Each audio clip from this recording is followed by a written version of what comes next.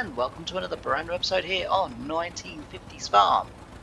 As you can see, springtime has become us, and we are out in the field and we are planting corn. Yes, it's in our usual cornfield.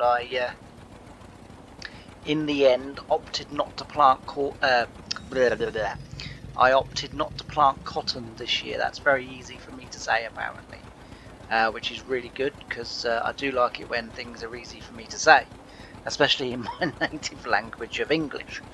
Right, now I've got that out of the way.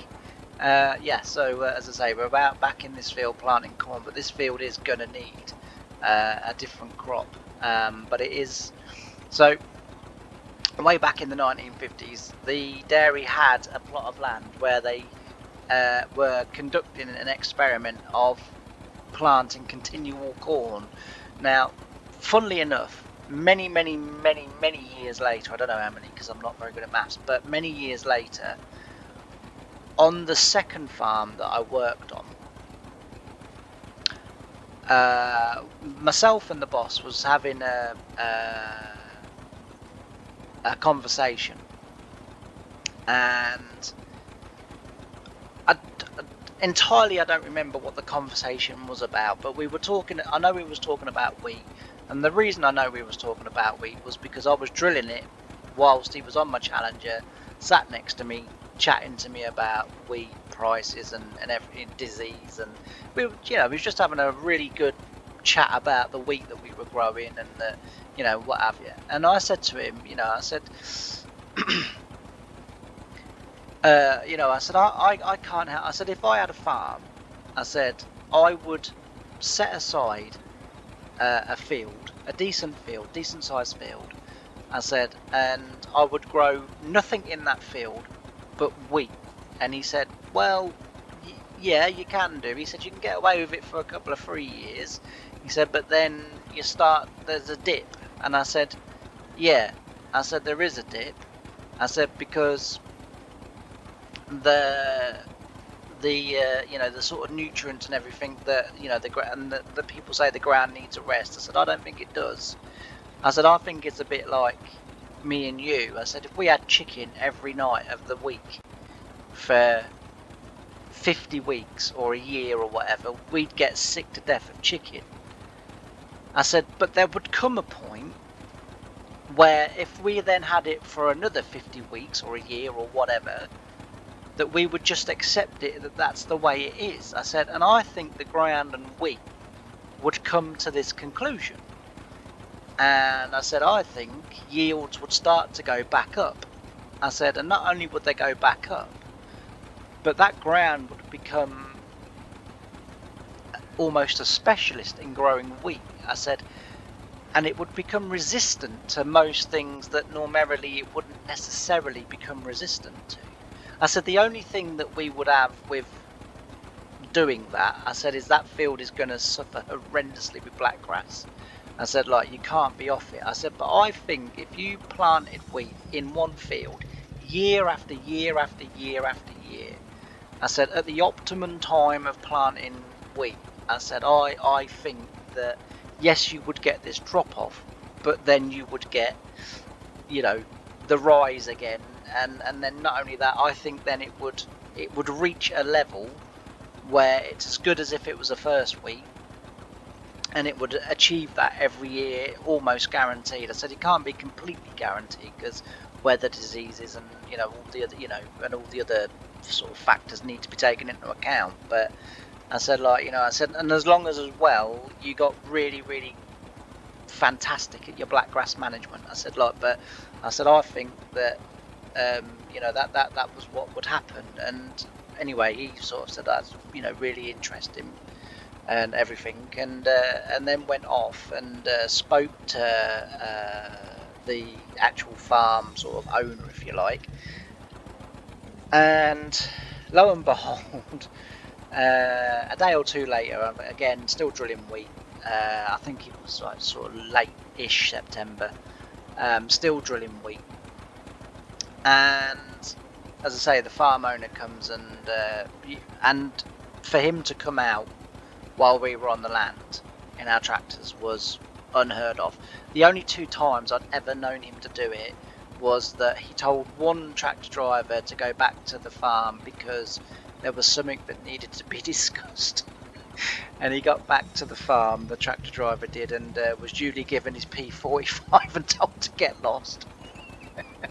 Which was funny because I think most of us knew it was coming, apart from the person that it actually did come to. I can't remember his name or too many details about it now, but I just remember that because I remember us all sitting a day or two later in the canteen because it was a wet day and we was all at the yard, and we were sort of doing maintenance and what have you, and we was all in the canteen like having a lunch or whatever, and we was all sort of talking about it. And the other time that he did it was he came to the field and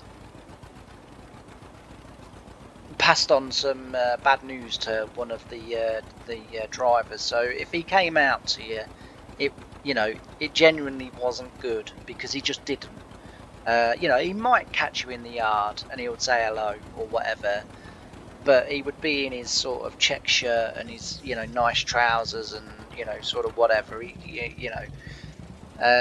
Nice sort of suede-y sort of tweedy whatever kind of waistcoat, and that would be as good as it got for you. And as I say, this particular day I see his Range Rover pull up and I was like, oh, this isn't good.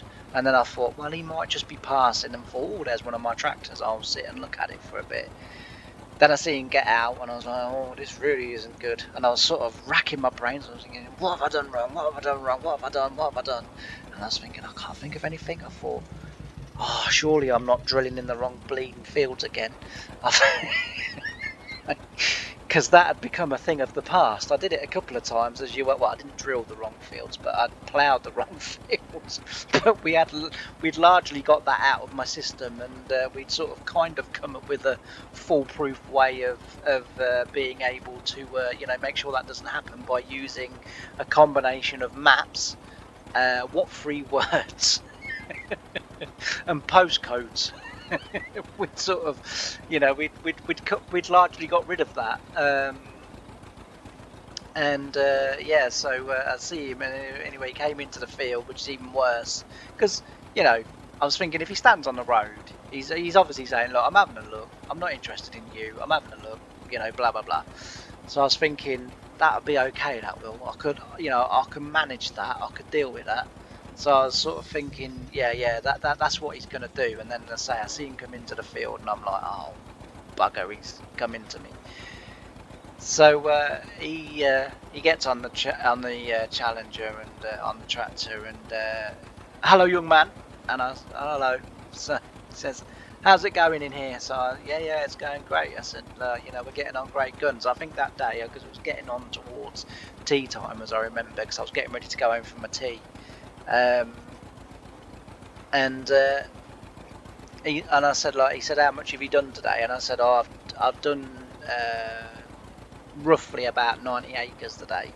I said, by the time I go home tonight at 10, I said, I'll be well into the hundreds. I said, I'm hoping to achieve about 150 acres today if I can. I said, but it's not going too bad. I said, but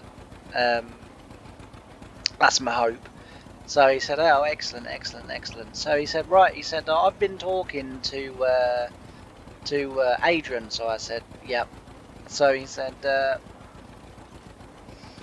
I understand you've got a theory. So I said, have I?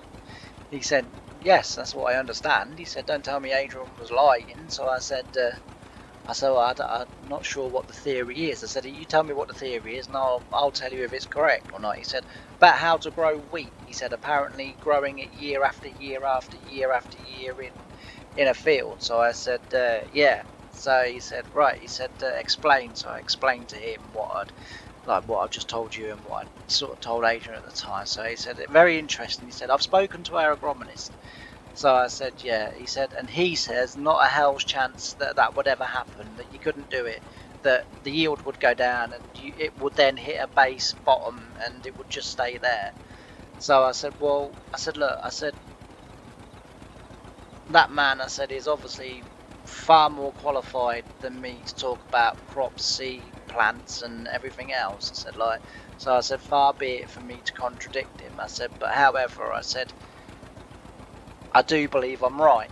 I said, I think that if we could get over that 2 to 3 year period where the yields would drop off significantly, I said, and bearing in mind, I said, it's only a field. So I said, yes, that field would take a bit of a hit. I said, and doing it the more conventional, traditional way that, you know, you and the farm have been doing it for a long time would mean that, you know, we would still keep our yield that we need and our overall crop mass that we would need to fulfill the milling contracts. I said, so I said, I think it would work. I said, but it's just my thoughts. I said, and I'm not telling anybody that's far more educated than me what to do or how to do it. You know, I said, like, but it's just my opinion.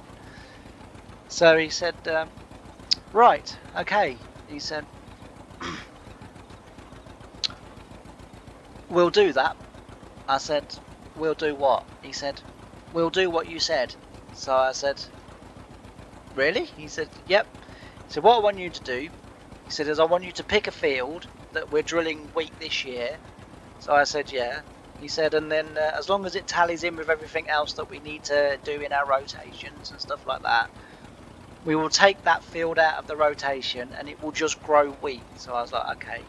He said, how many years do you think you need to give it? I said,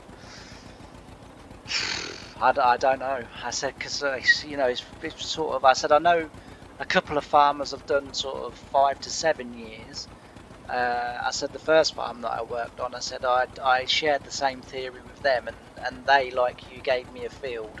I said, and on the 7th year, the yield did improve, but I said, you know, for one reason or another, they sort of needed the field to, you know, go into something else, and so the sort of experiment, if you like, was broken. So I don't really know. I said, but I know that after about sort of 5 to 6 years, the yield in that case did start going up. And he was like, he goes, okay. He goes, what variety of wheat was it? So I was like, Skyfall. So he was like, okay. So, right, yeah, we'll do it. He said, like, you know, sort out a field and then, you know, go to Adrian and I'll see if I can make that happen. And with that, got off the tractor and I was like, oh, okay, fair enough. So we did the experiment. We did it over 10 years. And again, after years, so years 1, 2 and 3, the yields sort of roughly remain the same, but on the second year they went up a little bit from the first year. On the third year they went up again. On the fourth year they then dropped. Fifth year they dropped. Sixth year they dropped. The seventh year they went back up again. So they rose to year 2 level when, you know, obviously when we started the experiment. So the second year it rose back to that, and then 8, 9 and 10 and 11 years the yield was still, it was either maintaining or it was sort of, you know, 1 year out of say 2 or 3 it would go slightly above. But the interesting thing that we found was that we didn't need to use as much chemical because the ground and the crop, although the crop was new each year, obviously you can't grow the same wheat crop, you know, you could, well, I suppose you could in theory, because you could harvest it, dress it and then re-drill it, I guess, but the variety of wheat was the same. But as I say, it's just this one field, and way back in the 1950s the dairy farm actually did a very similar experiment where they just had a field and they just planted it year after year after year with corn. Now, the one thing all of the text that I have read doesn't say is when they stopped, if they stopped, and did it actually, you know, make any real impact on yield. Now, personally, I don't know. I don't know a great deal about corn. We grew so many acres for the dairy cows. We grew a few more acres for the biomass plant that was in Boston.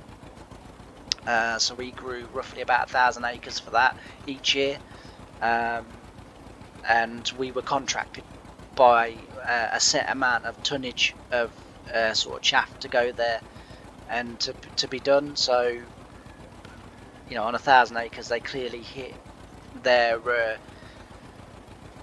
minimums, if you like. And so we sort of grew for that,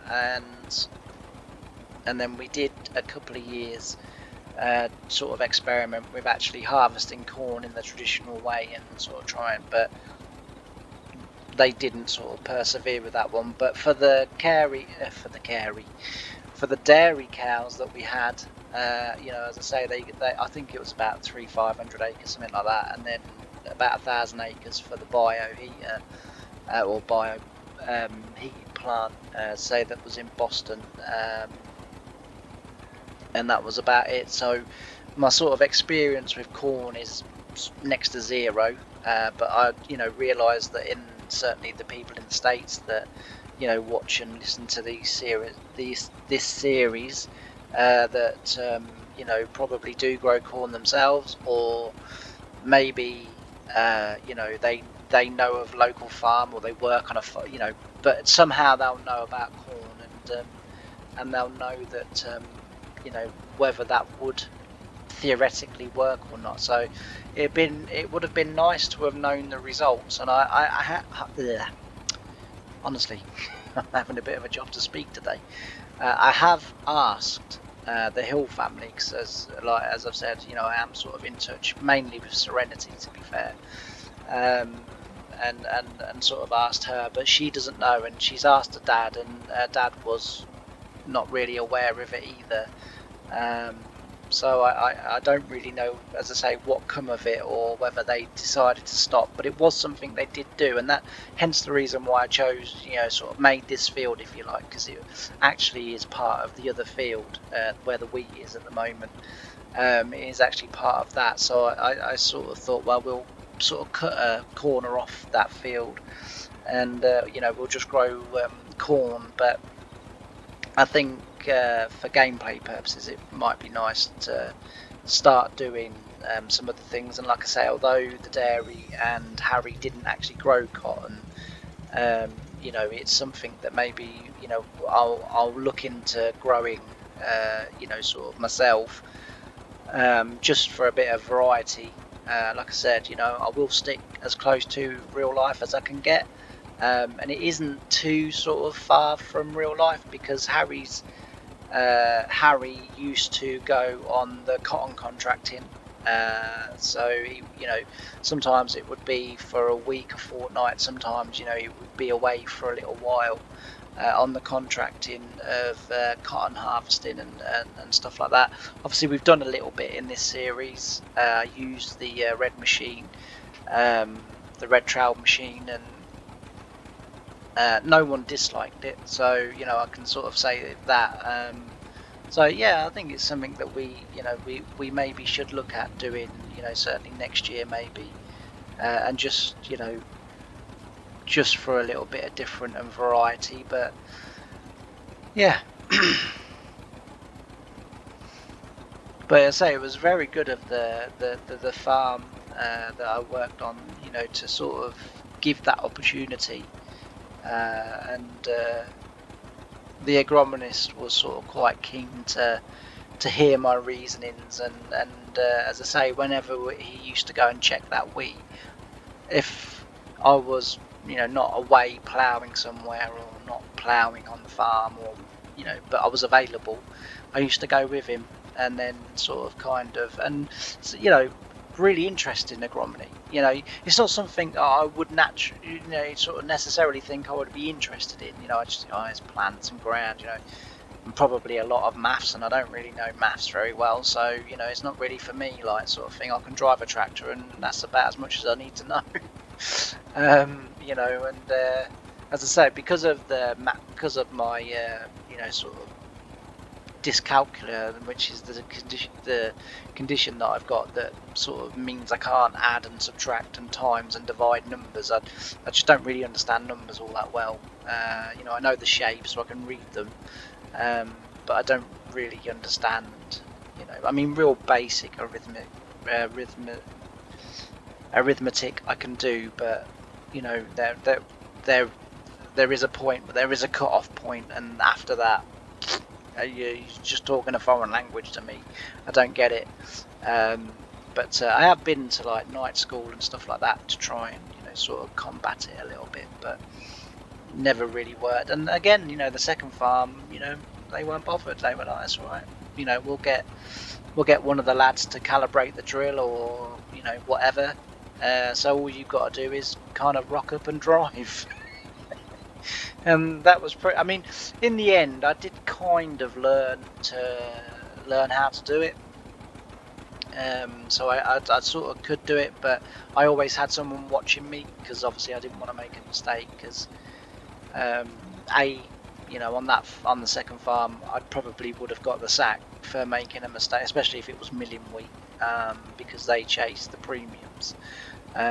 So you know, I would have definitely got in a lot of trouble. But yeah, as I say, so I you know, I sort of could do it, but I would have someone sort of, you know, just watching what I was doing and making sure that I was doing it right. And I mean, you know, every now and again they'd step in and say, no, you know, that's wrong. You know, it's this or it's that, or you need to do this or whatever. But you know, on the whole, it's okay. But when you've got a farm that's willing to work, and like I say, to be fair to them, I would still be working there today if it wasn't for, you know, the things that have happened. Because they were the first farm. They were the ones that knew me from childhood. My whole family had kind of worked there at some point, and yet they were really dismissive towards my condition, and really kind of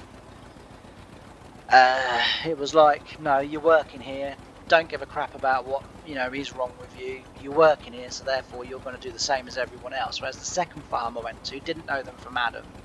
As I say, they, you know, had the farm manager sort of come and watch me ploughing for the first farm, and then sort of say, well, you know, do you want to come and work for us? And you know, because we're looking for a ploughman at the minute. And as I say, he'd been driving around that day specifically looking for tractors ploughing to see if he could find, you know, sort of someone to take on. And you know, just luckily he sort of stumbled across me ploughing, and you know, and decided to kind of sort of say, well, you know, offer me the job. But yeah, they were really accommodating towards sort of everything, really, you know, to do with my heart, to do with my sort of lack of number skill, the fact that, and this is embarrassing, I can't believe I'm telling people on YouTube this, I can't tie knots. Which, when you're working on a farm, is really not very good. You need to be able to tie knots, but no, they didn't bother about any of it. You know, that they were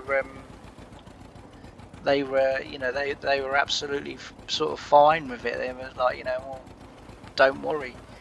I don't know why this drill isn't emptying as fast as what it normally does. This planter normally needs filling the sort of the end of every breed. So I don't know what's kind of gone on there. I noticed it the other day actually with, well, a couple of weeks ago now, when I was drilling the wheat, and the seed drill, although I did have to fill it up a couple of 3 times, which that's a big field, so I'm not surprised, but it kind of felt like that wasn't going down quite as quick as this. I don't know what's gone on. I'll have to have an investigation into that. Sort of go back and watch a previous video of me planting this field, and then see what sort of the seed you. But I'm sure I used to fill it up after every 3 breeds, I think it was, or every 2 rounds. It'd probably be more accurate, every 2 rounds, and I'd have to fill it up. Oh yeah, so you'll know, actually. Just jump off. It's fine, the boss will understand.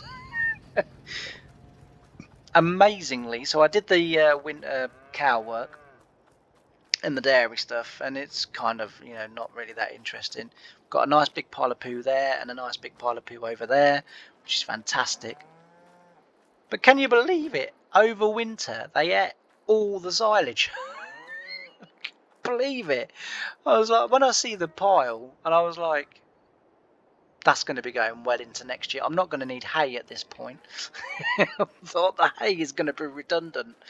But by the end of December, no, the end of January, sorry, the silage was virtually gone. I was like, what?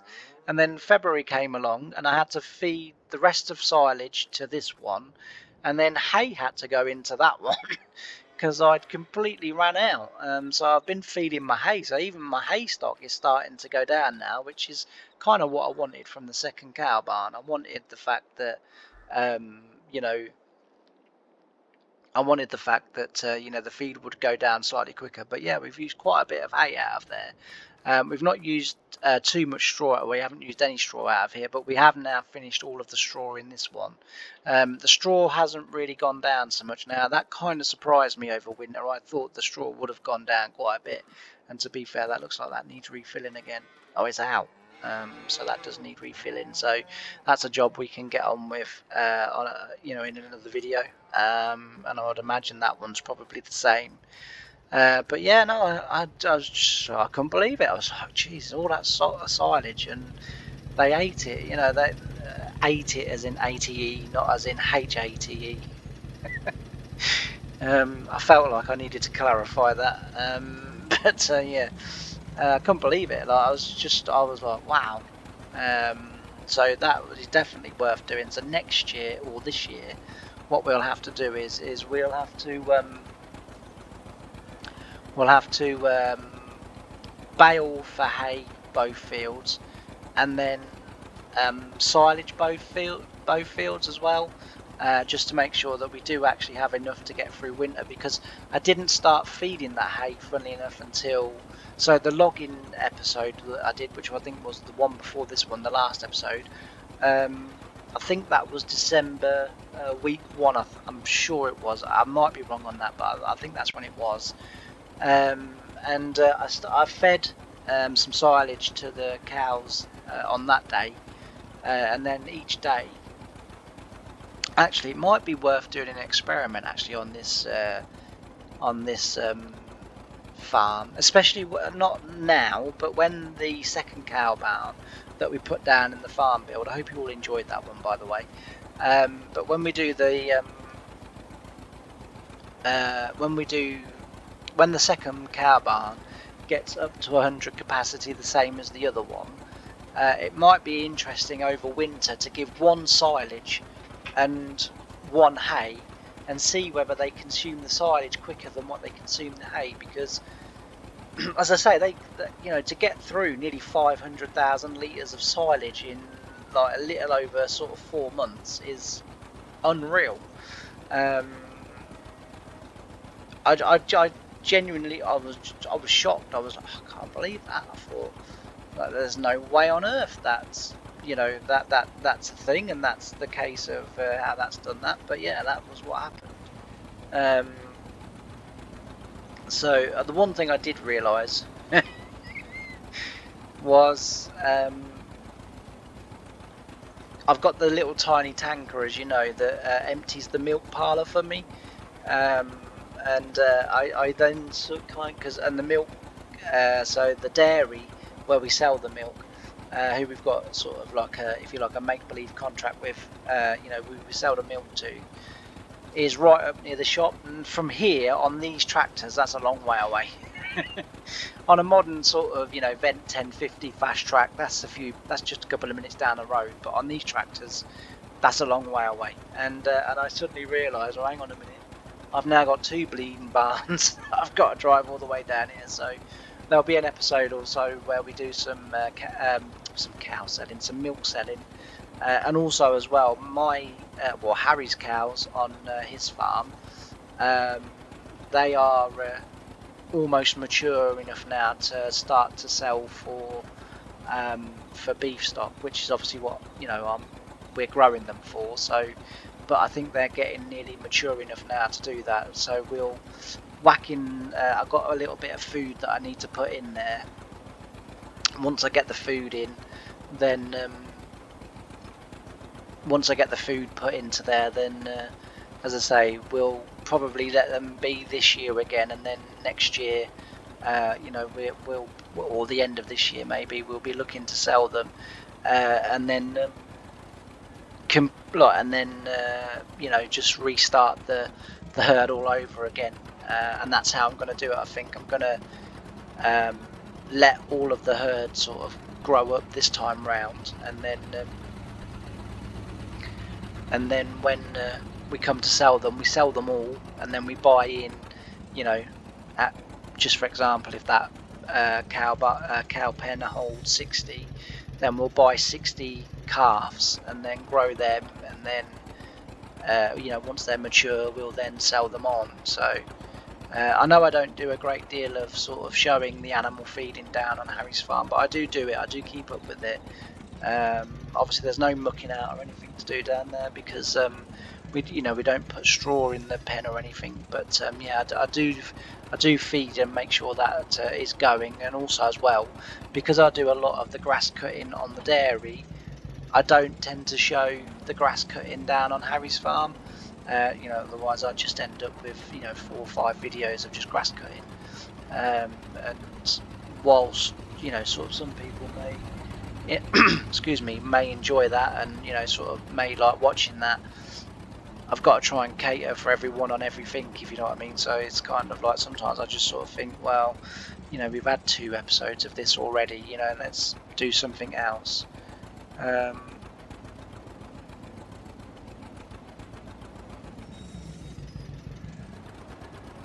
We're not actually rolling, are we? No, we're not.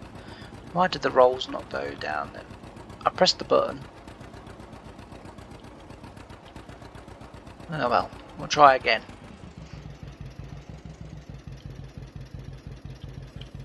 Ah, that's why. Right, that seems to be better. They seem to be rolling again now, or we seem to be rolling now. Yeah, apparently it's not just a case of lowering, you have to unfold it, and that's what makes the wheels go up and the rolls come down. So it would have been good to have known that before I started. But yeah, so it's been a strange old time around here these last sort of week or so. It's been really foggy most of the time, and I was I was out on my walk the other day, and I was sort of walking along, and I don't listen to music or anything like that, and I'd say I was just sort of, you know, just on the walk, sort of looking around, you know, sort of enjoying the freedom, if you like. It was quite foggy. I had my high-vis jacket on, you know, because I like to be safe, you know. And anyway, I was sort of just walking along, and all of a sudden I heard this horrendous noise of, like, it's just this really...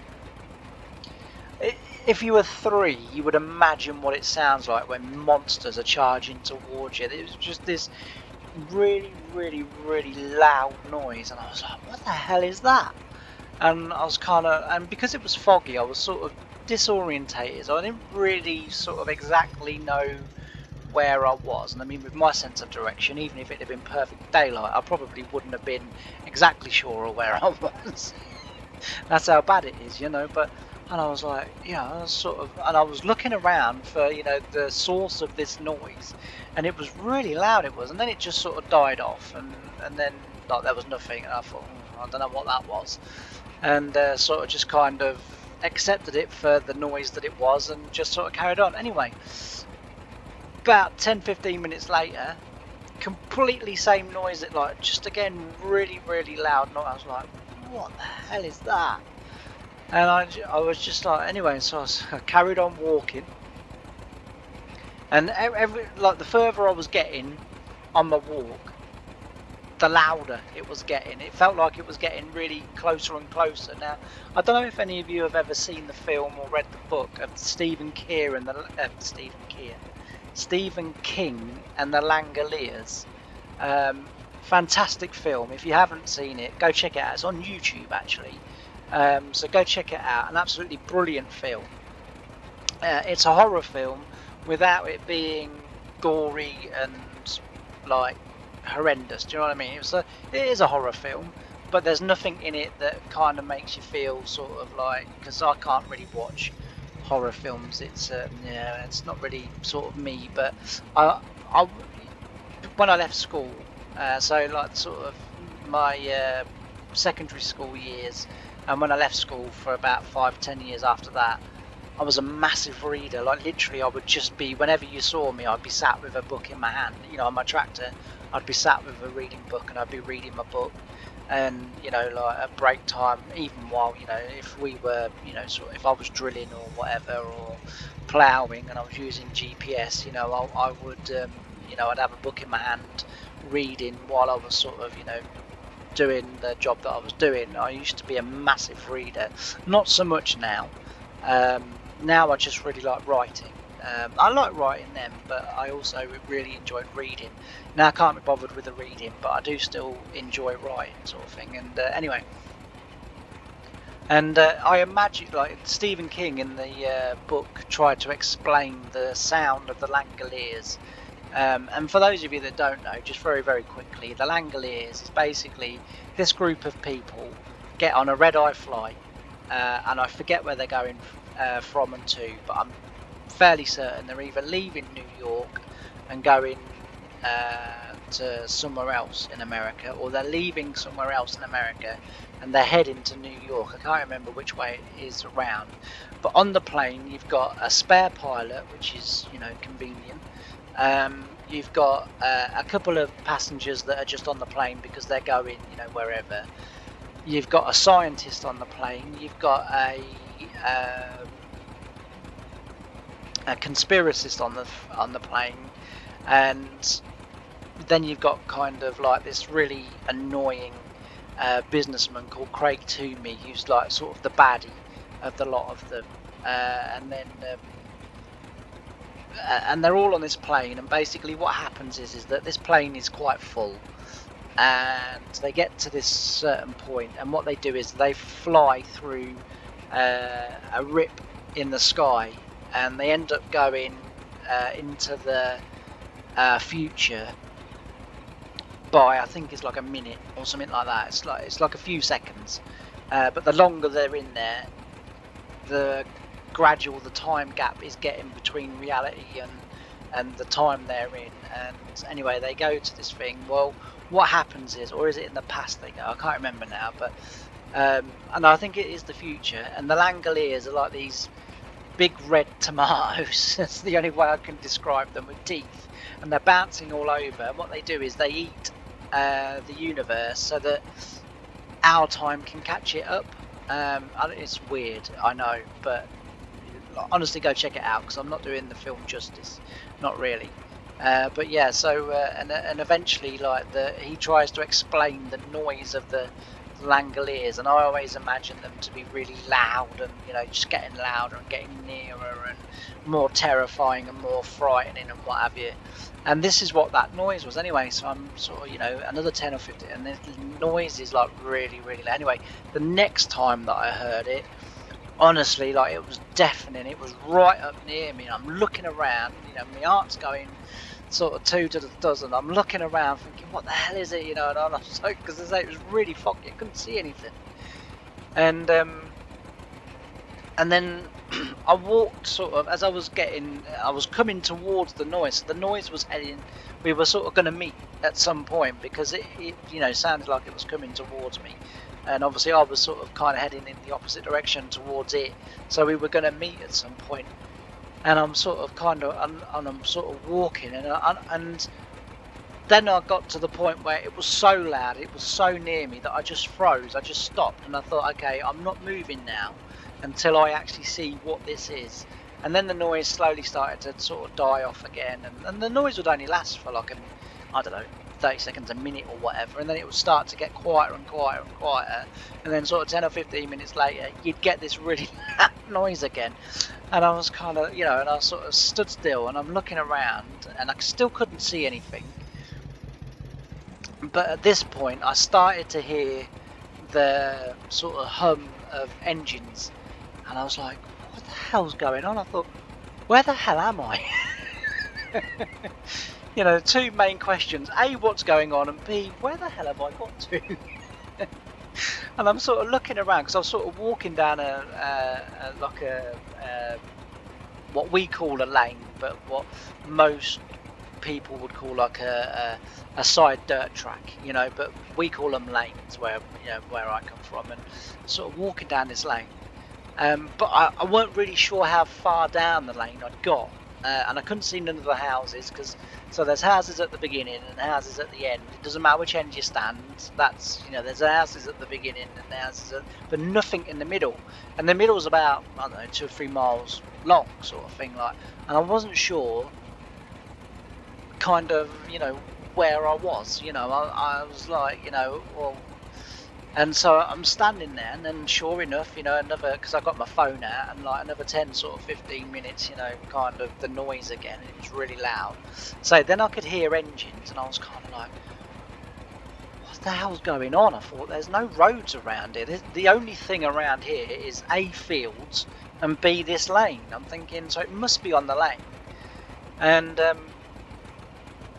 yeah, I still couldn't hear anything and still couldn't see it, and I must have stood there or in and around that area for a good hour. I would have thought, just kind of walking sort of up and down a set sort of distance, and every sort of 10 or 15 minutes this noise, and then eventually it showed itself, and I couldn't believe what it was.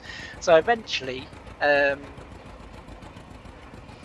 was sort of looking in the direction of the noise, and all of a sudden I started to see these quite really big sort of lights, quite bright lights, and I was like, well, it's clearly a machine, but I thought, I can't tell what I thought. What the hell would they have in the fields this time of year, with it being so wet, with it being, you know, so far? I thought, like, you know, well.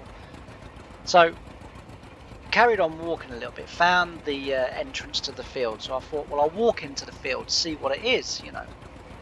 I thought, as long as I keep the lights where I can see them, I know it's not gonna, you know, it's not gonna hit me. Well, that was kind of, as it turned out, a false economy, because yes, while the lights that I could see were not going to hit me, there was 2 other sets of lights in the field.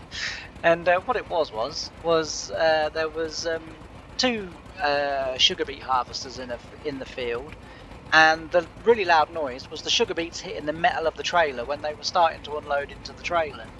And I was like, Jesus, I thought, like, you know, that was so loud, like, that was like proper terrifying. Anyway, I was kind of sort of looking, and eventually, as I was sort of coming back out of the field again, one of the tractors came, because they were tipping on the end of the field, and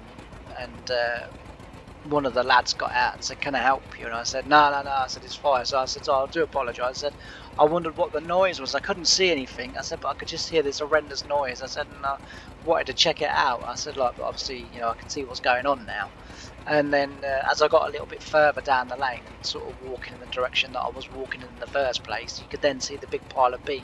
Had I have come to that, I would have realised what the noise was. But and as soon as I kind of saw what it was with my eyes, the noise made sense. And but yeah, I was kind of, and I'm sort of walking along thinking, Jesus, whatever it is absolutely massive. I'm thinking, like, you know, what the hell is it? I say, and then the closer and closer I got was the lights and the engine sounds and stuff, and so I knew something was working in the field. But yeah, just it was one of those things where it's kind of like, oh yeah, whew. And then you're kind of standing there thinking, do you know what, I don't know, I feel a prat right now. My 5-year-old brain was beginning to run away with me. You know, it was like the Langoliers, it was the monsters, it was, you know, time ending, it was all of these things, you know. But yeah, nothing as sinister as a sugar beet harvest one. 2 sugar beet harvesters emptying into trailers. Yeah, so crisis averted, but it was, as I say, up until I saw what it was bloody scary. But yeah, so. But yeah, so it's just been nothing but foggy here. Like, honestly, like, we've had probably about 4 days now of just blanket fog, and it's really not great. I went out on Monday, so my car's still got a water leak. It's still filling up with water every time it rains. Last week it was in the garage all week, and went on Friday to see whether they'd fixed it, and he said, look, I haven't even looked at it yet. So I said, okay, fair enough. I said, well, I'm not leaving it here all weekend, so I'll take it home. I said, and then I'll bring it back Monday morning. He said, yeah, that's fair enough. He said, well, that's fine. So took it home, went out there Monday morning, wouldn't start, so obviously dead battery. As I say, like it just nothing would happen, and because it's electronic ignition, because it's, you know, sort of electronic handbrake, every single bloody warning and alarm was going off, you know, because the battery was dead, and yeah, so that kind of, as I say, that didn't work, and then it was like, oh, I can't really, you know, sort of I can't be bothered to, you know, take all the battery off. I thought, I'm not really sure how to, you know, what to do anyway. If it had been a John Deere tractor, you know, sort of from the first farm, or a Challenger from the second farm, I could have had that off charged and working again within like an hour or whatever, you know. And but you know, when it comes to sort of motor cars, you know, I just leave it, because I think, I don't know what I'm doing. Like, I don't want to ruin my car, or I don't want to, you know, mean that something that's going to cost me 70 quid actually ends up costing me 370 quid. But the garage where I keep taking my car, I've told them what the problem is, that my sunroof seals are leaking, but he will not have it. And the reason I know it is that is, A, they've got that is a known fault with them, that after about, you know, sort of 5 to 7 years, the sunroof seals do leak. And also I've had the problem before, and I've had exactly the same things happening as before. And when I had the eventually, when I took, because I was going to a just an ordinary garage at first, and I was spending a fortune. They replaced the windscreen, they replaced like loads of different things, and it was still not curing it. It was costing me a fortune. And in the end, I just sort of thought, you know what, I'm fed up with this. I thought I'll just take it to Volvo. Literally took it to Volvo. I explained the problem, and he went, no problem, have you got an hour? So I said, yeah. And they took it into the workshop. They literally stripped all the seals out on the sunroof, put new sunroof seals in. It cost me like 100 quid. And up until sort of this winter, I hadn't had no trouble, no issues of water leaks or anything. So I said to the garage where I've been taking it, I said, like, you know, can you just replace the sunroof seals? I said, like, that's fine. No, it's not that. I said, no, it is that. I said, I'm telling you what it is. I just can't do it. Can you do it for me, please? Obviously, you know, I will pay you at the end of it. And no, it ain't that. So when I went to pick it up Friday, I was like, oh, I've been looking into the air conditioning. Well, it isn't the air conditioning, because I don't use the air conditioning. And I'm not being funny, but the air conditioning is not leaking that much water where it's actually going over the seat and the centre console from the passenger seat into the driving footwell, and then into the back of the car as well. I said, like, it only leaks when it rains. If it was the, you know, the air conditioning, I said, like, it would be leaking all of the top, you know, every time I use the car. I said, it isn't that. He's like, yeah, I think that's more favourable than the sunroof seals. I've never known any of them to go. I said, it's a known fault with the car. I said, like, you know, I just want them replaced, please. And as I got there Friday, and he's like, no, I haven't looked at it. And then he's like, but I have been doing research on the, you know, the as I say, the air conditioning, and then some drain pipes that run down the pillar, and, you know, and I just, like, honestly, I said to him, I said, I don't understand why you won't just change them. And he said, because that's not the problem. And I said, well, it is the problem, because I'm telling you that's the problem. I said, and if it's not the problem and you've changed them because I told you to change them and I've paid you for that work, it doesn't matter to you either way. I said, A, you've been proved right. B, you got your money anyway. I said, so it's not like I'm asking you to do it for nothing on a whim. And, you know, I said, like, you don't lose either way. I said, in the end, you actually win, because then you do another job where it is actually what you think it might be or whatever, and so you get paid twice. But he, as I say, just wouldn't have it. So, as I say, with the fog being as thick, and I mean our drive's not massive, but you know, I can't see my car, and I just thought, I'm not going out there while it's like that. I haven't got nowhere to be, nowhere to go, so I thought, like, you know, and you know, if I need anything from the shop, we've got a local village shop, you know, like literally a 5-minute walk down the road. I thought I'll just go there, like it doesn't matter. But yeah, anyway, I've rabbited on for far too long in this video, but I do like to do a little chatty video every now and again. Hopefully you guys like it too. I think you do. But as I say, I'm going to leave that here now, because as I say, I'm waffling on, and the problem is I could waffle for hours. I sometimes go and see my brother, and after about an hour and a half, he goes, "Well," he goes, "I don't wish to kick you out," he says, "but I've got to get on." And I always go, "Oh, have I been going on too much? I do apologise." It's like, no, he said he's very interested in listening to you, but he said, "I just got to get on." That's like, okay, I'll go. Same time next week? No, not going to be here next week. So yeah, anyway, as I say, I am going to go. So thanks ever so much for watching. I've really enjoyed having your company. If you haven't done already, please don't forget to like, comment, subscribe. It really does help the channel. And all that's left for me to say is thanks ever so much for watching this episode. I've really enjoyed having your company, and I can't wait to see you again on the next one. Bye for now.